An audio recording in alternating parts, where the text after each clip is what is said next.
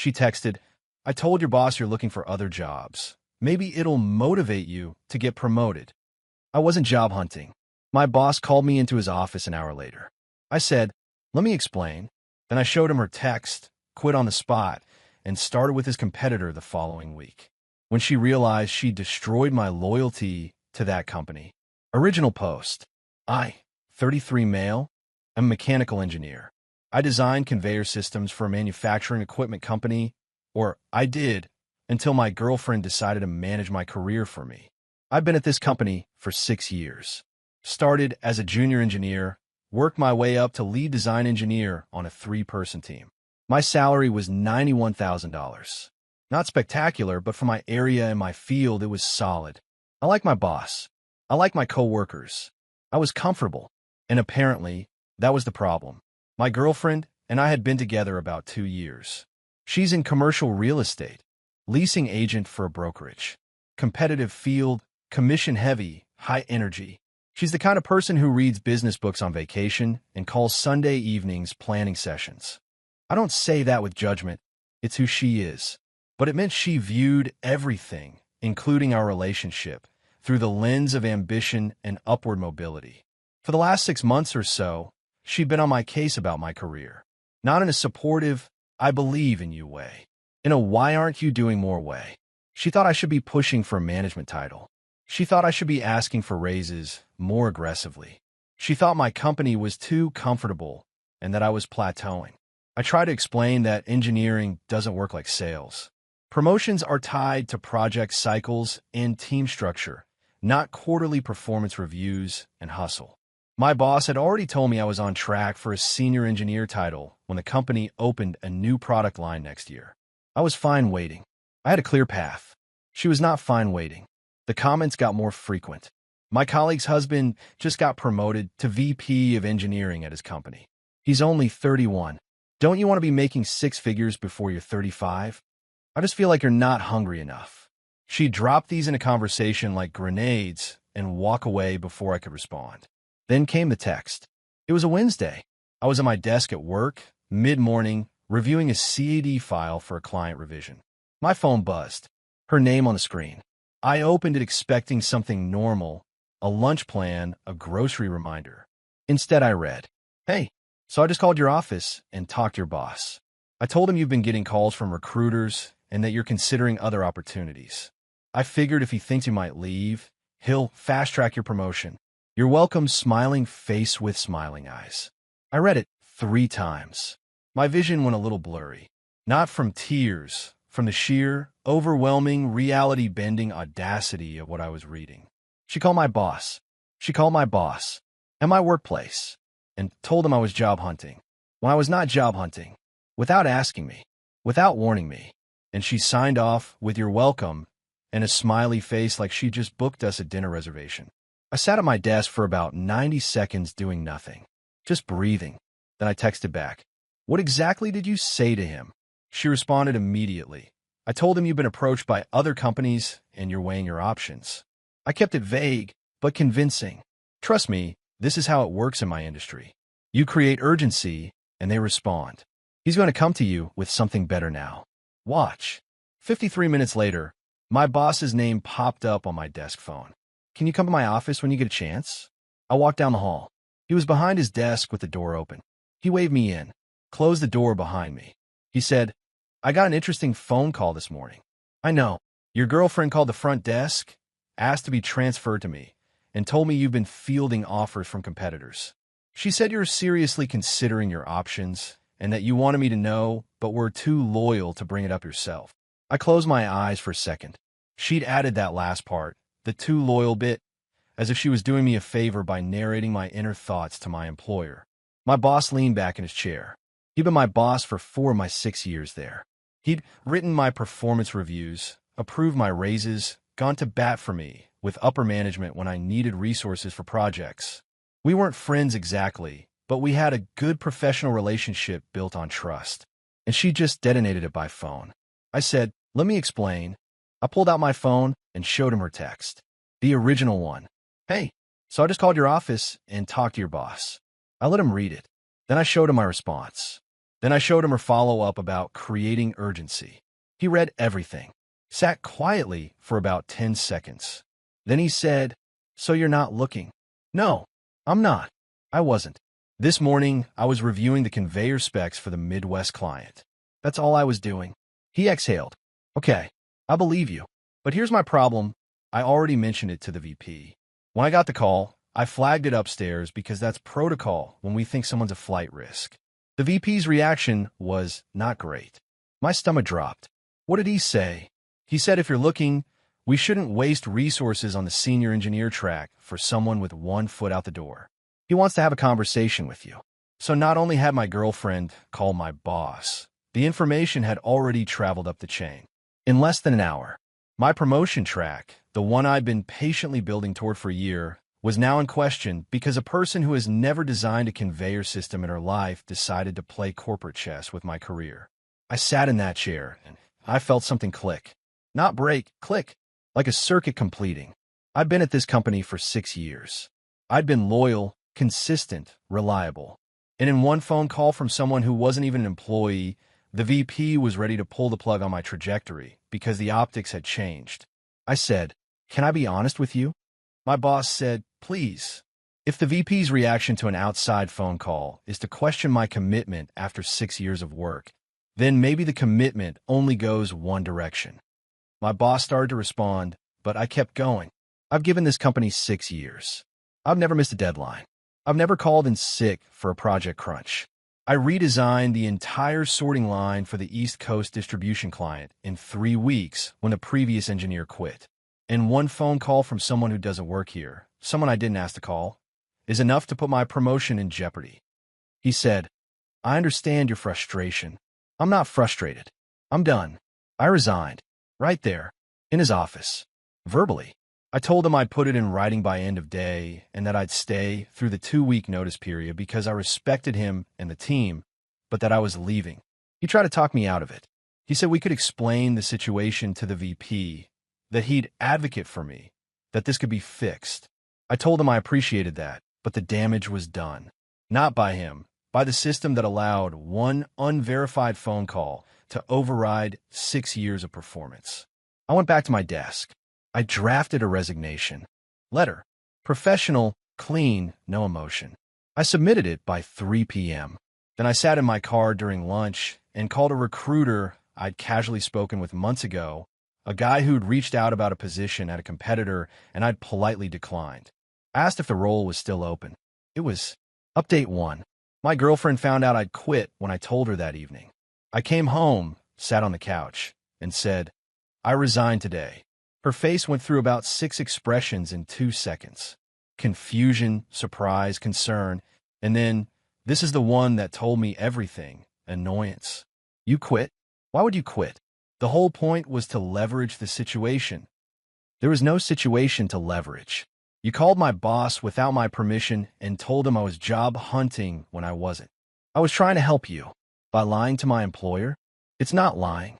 It's negotiation. This is how things work in the real world. In your world. Not in mine. In mine, when you tell your boss you're leaving, they believe you. And now my VP thinks I'm a flight risk and pulled the plug on my promotion. She went quiet. Then, well, can't you just unresign? Tell them it was a misunderstanding. I'm not going back to a company where a phone call from my girlfriend carries more weight than 6 years of my work. So what are you going to do? I have a call with a recruiter tomorrow about a position at a competitor. Her energy shifted immediately. A competitor? Which one? What's the role? What's the salary? And there it was. She wasn't worried about what she'd done. She was already calculating whether the next thing was an upgrade. My career was an investment portfolio to her, and she was just checking whether the new allocation had better returns. The recruiter call went well. The competitor had been trying to fill a senior mechanical engineer role for 2 months. My experience was an almost perfect fit. They fast-tracked me through 2 interviews in 1 week. By Friday, I had a verbal offer. $112,000 base, better benefits, better PTO, and a title bump. Not because my girlfriend's stunt motivated the market, because I was actually good at my job and someone was willing to pay for it. I accepted. Start date, the following Monday. During my 2-week notice at my old company, things were professional but strained. My boss was disappointed. My team was sad to see me go. The VP never spoke to me directly, which confirmed what I already knew. To him, I was a line item that got flagged, not a person who'd given 6 years. My girlfriend, meanwhile, was doing something I didn't expect. She was taking credit. She told her friends, I found this out through a mutual, that she'd forced my hand into getting a better job. She said she knew I was capable of more, and that her phone call was the push I needed. She told people I should be thanking her because I'd ended up with a 23% raise because of her intervention. When a mutual friend told me this, I said, she's telling people she got me a raise? He said, she's telling people she engineered your career pivot. She engineered my resignation by committing fraud on my behalf. Yeah, but that's not the version that makes her look good. I didn't confront her about the narrative. I just filed it away. But then she escalated, because taking credit wasn't enough. She needed to monetize it.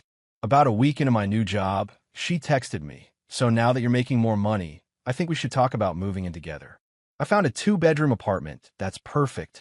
Rent is $2,400 per month, and we'd split it 50-50ths. Context, she was currently in a studio apartment paying $1,100 per month. I was in a 1-bedroom paying $1,050. She wanted to upgrade both of us to a $2,400 place, effectively doubling my rent, and frame it as our next step. I said, I just started a new job. I'm not making any financial changes for at least 6 months. She said, you're making $20,000 more than you were. You can afford it. I can, but I don't want to. Why not? Because 2 weeks ago you called my boss behind my back, almost cost me my career, and now you want to restructure my finances around a decision you made without consulting me. I'm not doing that. You're holding a grudge. I'm holding a boundary. She didn't talk to me for 2 days, which honestly was a relief. Update 2. 3 weeks into the new job. Things at work were going great. Things everywhere else were on fire. My ex-company, the one I'd left, had a development that I did not see coming. My old boss called me on a Saturday, not through official channels, from his personal cell. He said, I know this is unusual, but I thought you should hear this from me.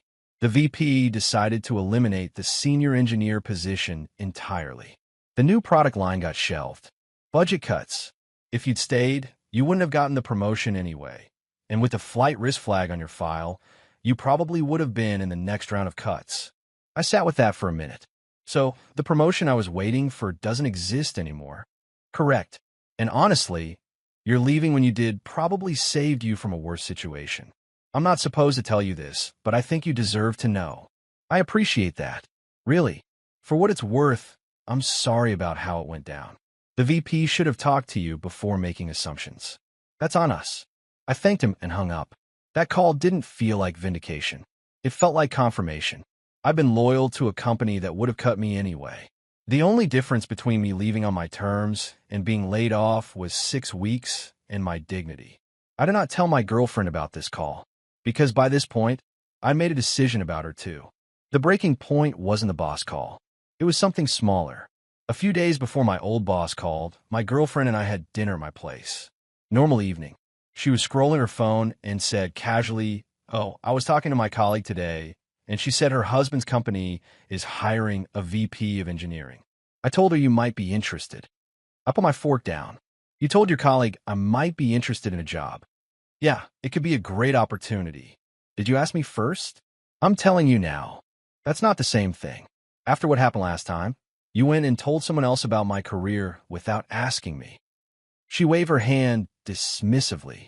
That's completely different. Last time I called your boss. This time I'm just networking on your behalf.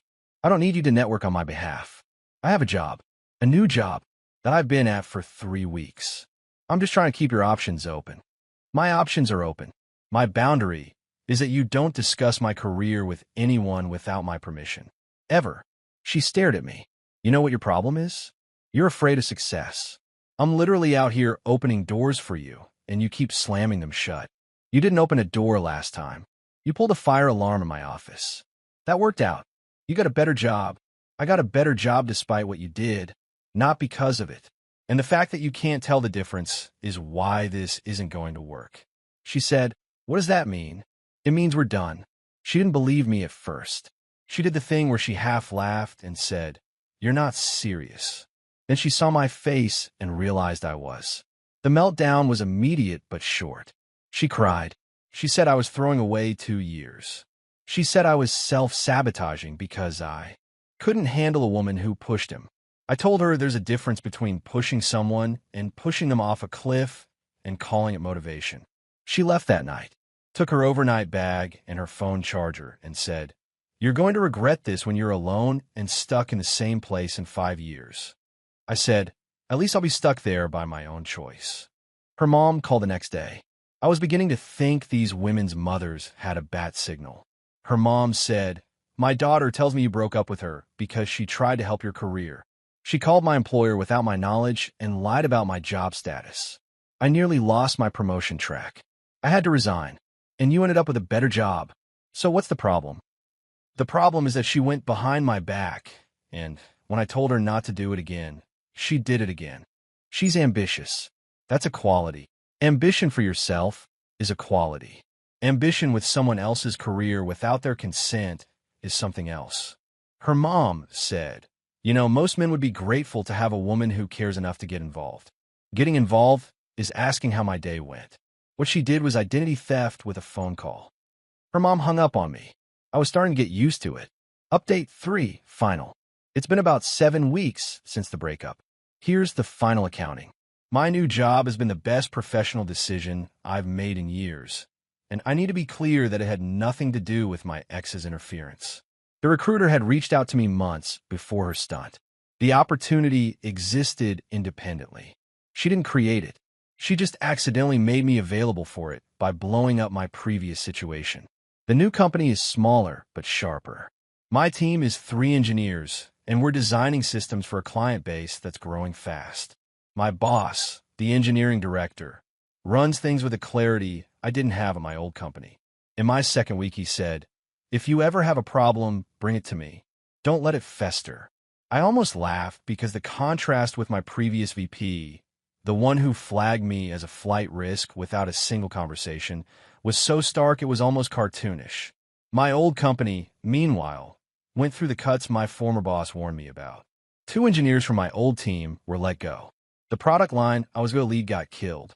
If I'd stayed, I'd be updating my resume right now from a position of desperation instead of sitting comfortably in a role I chose. My old boss still texts me occasionally, professional stuff mostly, but last week he sent me a message that said, "You got out at the right time." Smart move. I didn't tell him the move was forced by my girlfriend's phone call. Some things are better left unnarrated.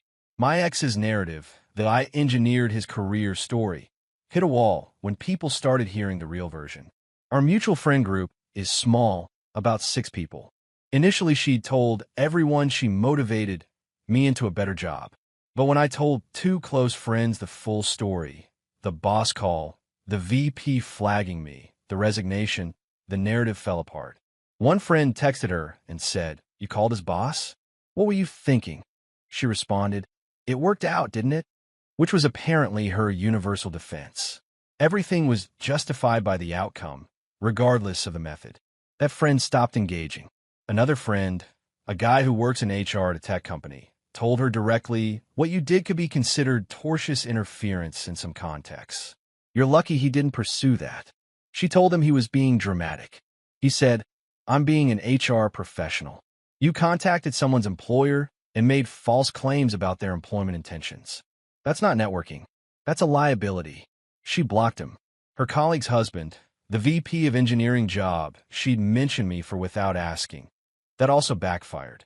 The colleague apparently told people at her brokerage that my ex's boyfriend was interested in the role, and when I never followed up, the colleague asked my ex about it. My ex had to awkwardly explain that we'd broken up and that I'd never actually been interested. The colleague was annoyed because she'd put her neck out with her husband for nothing. That professional relationship apparently cooled significantly, which in commission-based real estate is not a small thing. Her mom made one more appearance. She sent me a text, just one, about 3 weeks after the breakup. It said, My daughter gave you everything, and you repaid her by leaving. That's the kind of man you are." I didn't respond.